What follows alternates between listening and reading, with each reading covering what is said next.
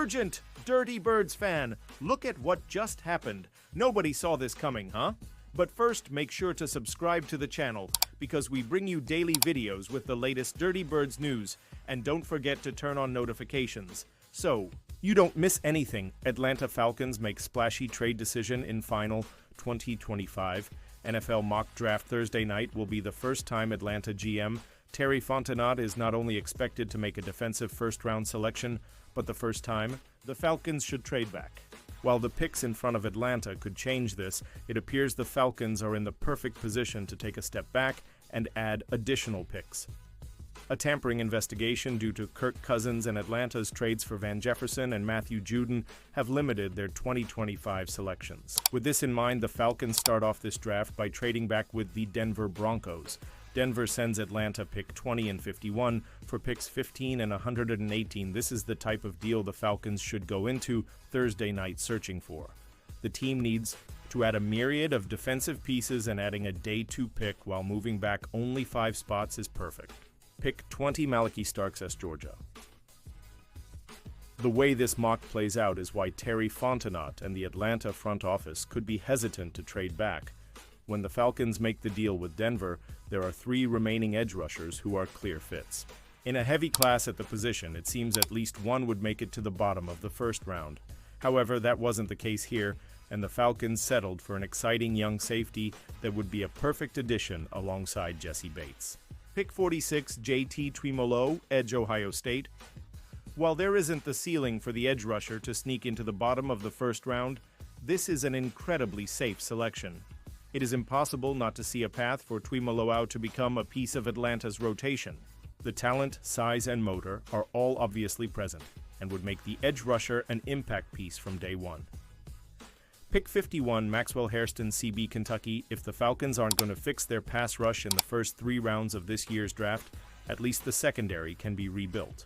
The additions of Starks and Hairston leave Atlanta feeling far better about a unit that is yet to make one noteworthy move. The loss of veteran safety Justin Simmons in free agency is the biggest move Atlanta has made, retaining the rest of their key pieces from the 2024 season. Hairston would be a starting piece in the Atlanta secondary, whose nose for the football gives you a needed playmaker at the position.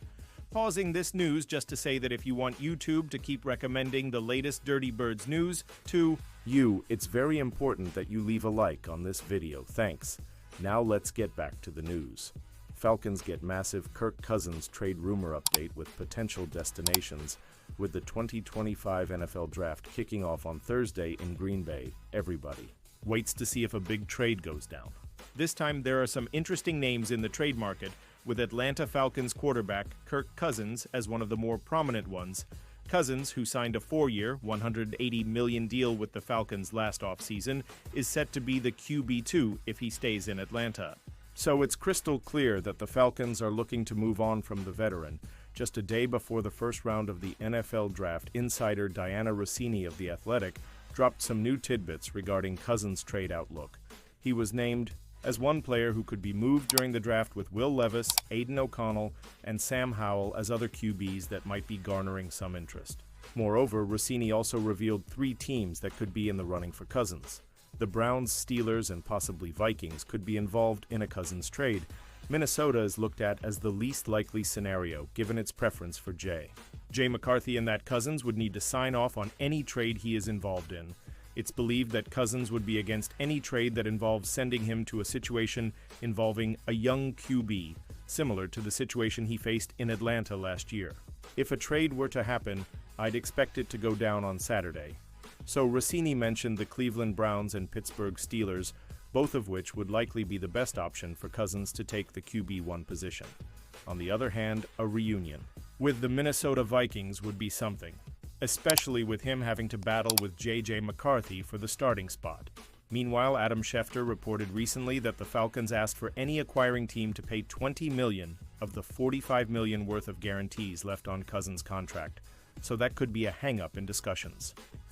With the NFL Draft approaching, it could be only a matter of time before the Falcons trade away Cousins and officially begin the Michael Penix Jr.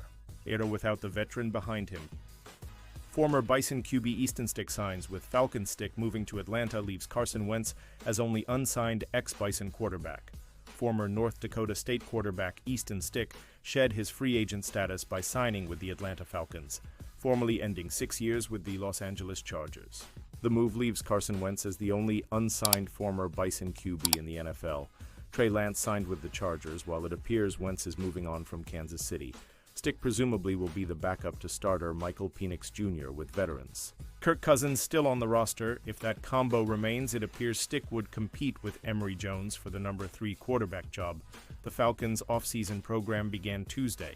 Schefter thinks Falcons could be asking too much for Cousins' ESPN's.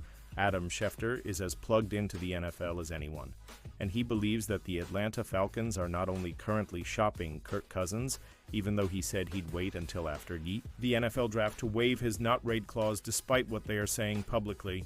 But are they asking for too much in return? Publicly, the Falcons have said they're not interested in trading quarterback Kirk Cousins, Schefter wrote on ESPN. Privately, they have had discussions with teams and have asked for a lot in return, per sources. Atlanta has asked for any acquiring team to pay $20 million of the $45 million worth of guarantees left on Cousins' contract. To date, no has been willing to do that, and no team is expected to be willing to. A trade could be likely during the draft. Schefter believes several teams are waiting to see what they can acquire on draft weekend before agreeing to take on all that guaranteed money. But what happens this weekend and which franchises come out of the draft with or without rookie quarterbacks could influence how much guaranteed money a team might be willing to absorb on Cousins' contract, Schefter wrote. There is a feeling around the league that a team, whether it is the Vikings or Steelers, might be willing to pay down roughly $10 million. How much any team would be willing to pay also would influence the compensation it gives up.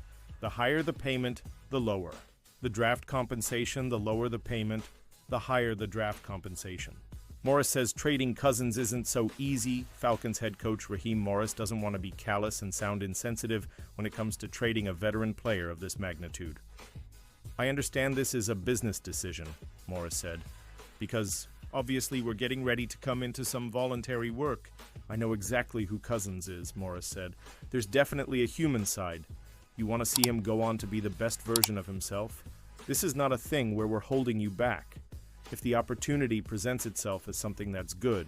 For both of us, it's good for the Falcons, and for Kirk Cousins, we'd certainly like to see that happen. Morris is aware that Cousins wants to go to the right situation where he's going to be the guy and actually play. I do know he would like to try to be a starter at some point, Morris said.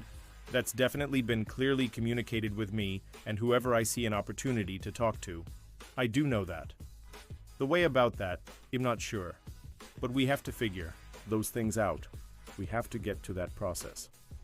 Schefter went on to say that both sides know this is coming to a head. The Falcons and Cousins recognize their future is not together, and how it will play out could very well be influenced by this draft, Schefter wrote. Depot After Dark Cousins. At workouts, Steelers partner with Howard Hanna, players back to work. A Steelers Depot daily segment. A quick hit of some Pittsburgh Steelers-related stories that may not require a complete article, but nuggets worth mentioning and passing on to you guys. Your Depot After Dark for April 22. Cousins at workouts. This offseason, the Steelers have struggled to add to their quarterback room. They signed Mason Rudolph, but they're still pursuing Aaron Rodgers. However, it's unclear if Rodgers will actually return to football. If he doesn't, the Steelers could pivot to Kirk Cousins. Reports have indicated that Cousins wants the Atlanta Falcons to trade him. However, he's still with them for the moment. Steelers partner with Howard Hanna, the Steelers partner with many Pittsburgh businesses to help improve their community. While they might seem like just a football team, the Steelers do a lot to improve Pittsburgh. It looks like they've got a brand new partner, too. The Steelers have officially partnered with real estate company Howard Hanna, according to the business's YouTube channel. It remains to be seen what the two sides will do as a result of this partnership. Hopefully, it benefits both sides, and more importantly, positively impacts the community.